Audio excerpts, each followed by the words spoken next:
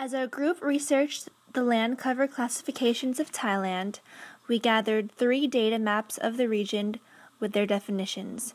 We used GIS tools to discover the different versions of land coverage in the region and compared our different land cover definitions to find out which one matched the typology of Thailand.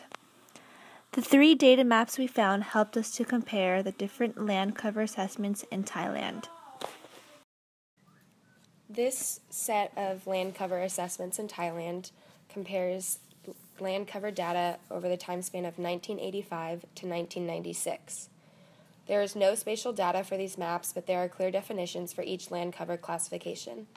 The first, forest, includes evergreen and deciduous forests, including mangrove forests. It is not possible to classify evergreen and deciduous forests separately. However, secondary information can be used to segregate them. The second classification is croplands. Croplands are the cultivated areas along the plains, valleys, and uplands. Croplands include rice paddy, upland crops, horticulture, para rubber, oil palm, and perennial crops. The third classification, paddy field, includes irrigated rice paddy in the central plain. The fourth includes water bodies. Water bodies are represented by reservoirs, rivers, and water depressions. The fifth classification is no data available. This class consists of areas covered by clouds and in some cases areas affected by topographic effects such as mountain shadow. This map shows the land cover in the Muang district in the Phetchabun province, centrally located in the northern part of Thailand. The first classification is forest and semi-natural areas, which includes evergreen and deciduous trees, including shrubs and bush understories. The second classification is teak plantation, including monoculture of teak plantation with an average DBH greater than 9.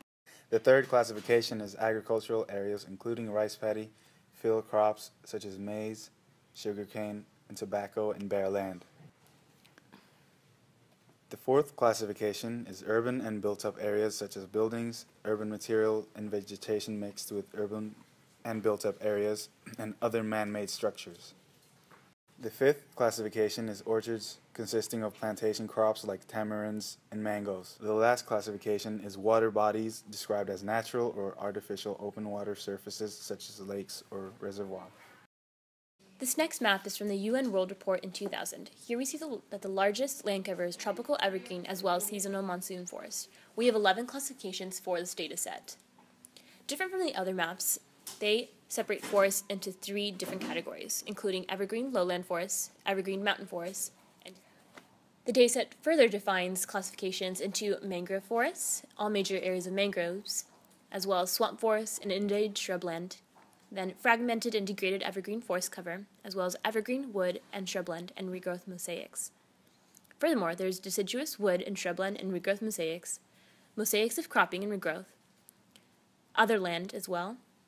Rocks, water bodies / sea are the last ones. In researching and analyzing these land cover maps of Thailand, we have noticed changes throughout the land cover. This includes forest degradation and man-forest destruction that have both majorly impacted the land cover of Thailand.